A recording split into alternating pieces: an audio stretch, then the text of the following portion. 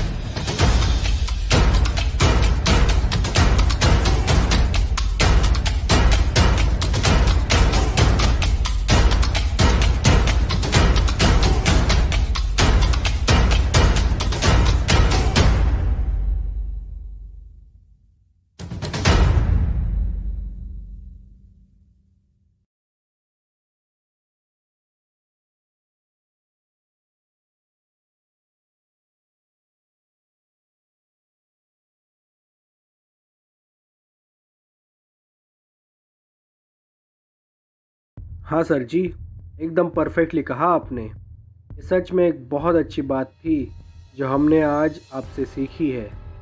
सिर्फ काम से कुछ नहीं होता, एक अच्छा दबाव तंत्र भी हमारे कामों को आगे बढ़ा सकता है।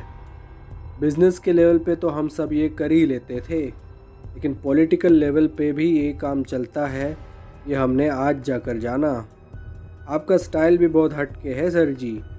आप दबाव तंत्र भी ऐसा जमाते हो कि सामने वाले को पता ही नहीं चलता कि वो कब उस दबाव में आ चुका है, और वो आपकी बात मान ही लेता है किसी भी कीमत पर। सच में ये बहुत एक अच्छा स्किल है जो आगे जाकर हम सबको भी डेवलप कराना होगा, ताकि हम हमारे काम आगे बढ़ा सके बिना किसी दिक्कत के। इतने बड़े प्रपोज़ल पर काम करना सच में हमारे भाग खुल गए कि हम इस प्रोजेक्ट का हिस्सा हैं।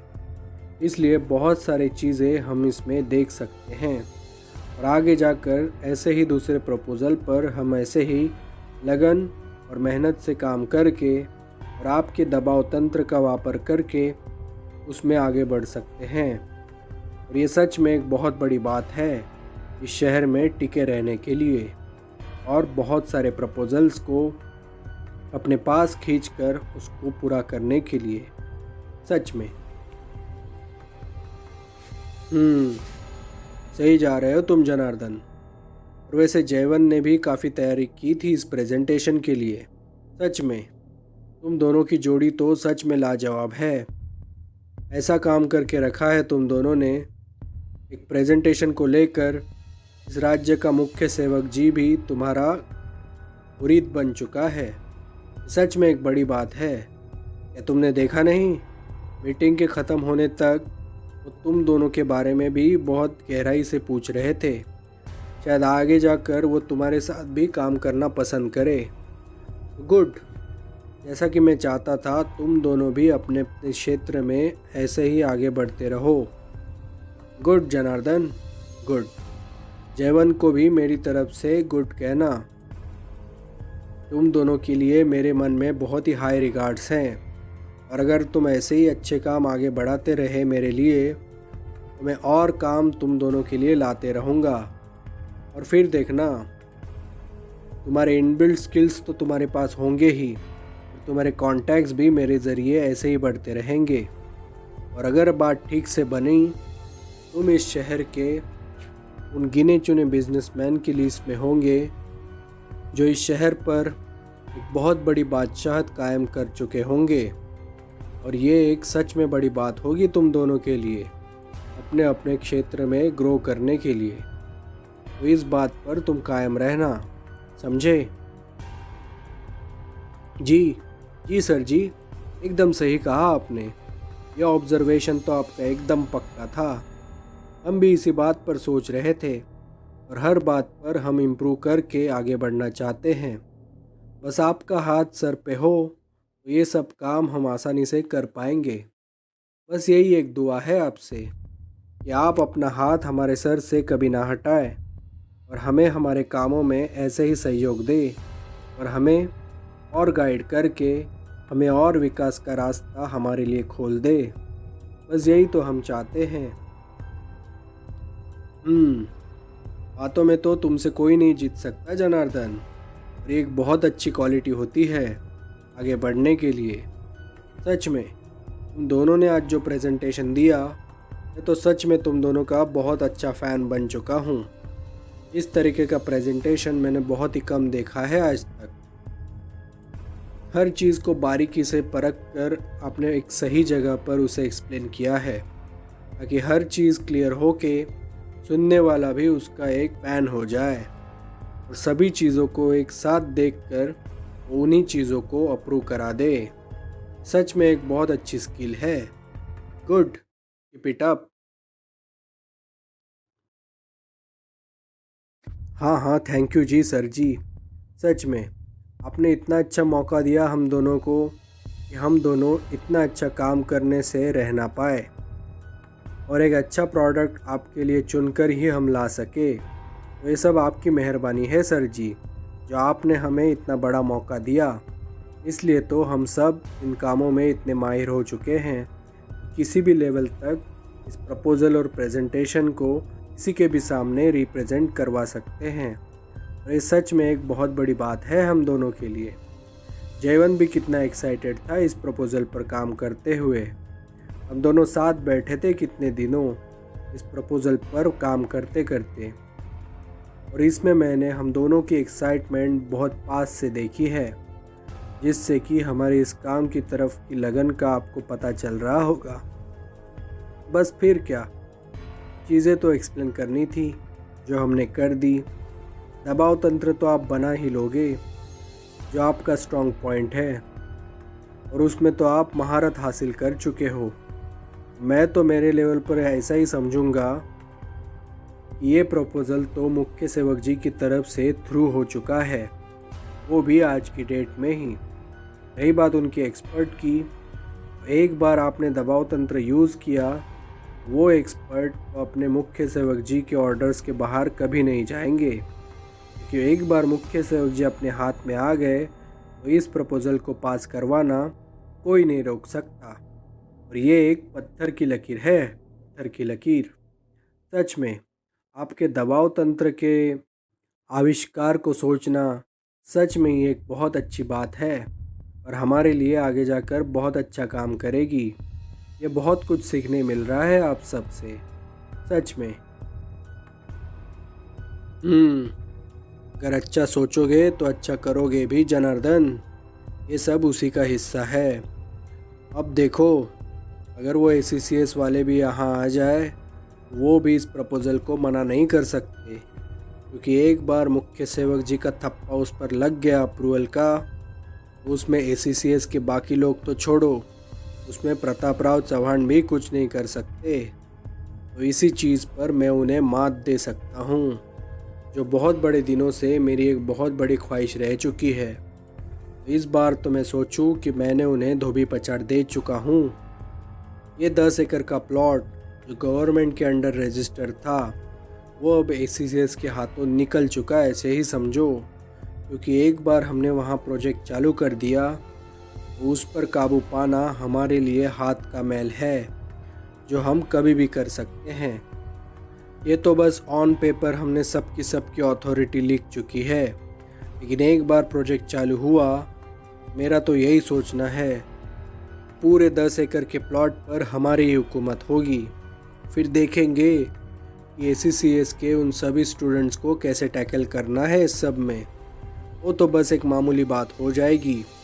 एक बार हम उन ACCS के सभी स्टाफ और प्रोफेसरों को हरा दे इसमें, तो उनकी मैनेजमेंट के साथ साथ प्रताप राव चौहान को भी एक बार मुंह की खानी पड़ी। सोचो, हमारा काम हो चुका। फिर नीचे के लोगों को गिराना कोई बड़ी बात नहीं होगी हमारे लिए। ये सच में एक बहुत बड़ी जीत होगी हमारे लिए। ACCS को हराना कोई मामूली बात नहीं। वो अपने अपने मुकाम पर इतने आगे बढ़ चुके हैं कि वो अब लेजेंड्स बन चुके हैं, और उनको किसी बात में हराना सच में एक पत्थर को पिघलाने जैसा काम है, जो हम शायद अब कर चुके हैं या फिर करवाने वाले हैं। तो बस ऐसे ही नामुमकिन चीज़ें अगर हम करते रहें और अगर अपने काम में कामयाब होते रहें, तो हमें आगे बढ़ने से कोई भी नहीं रोक सकता।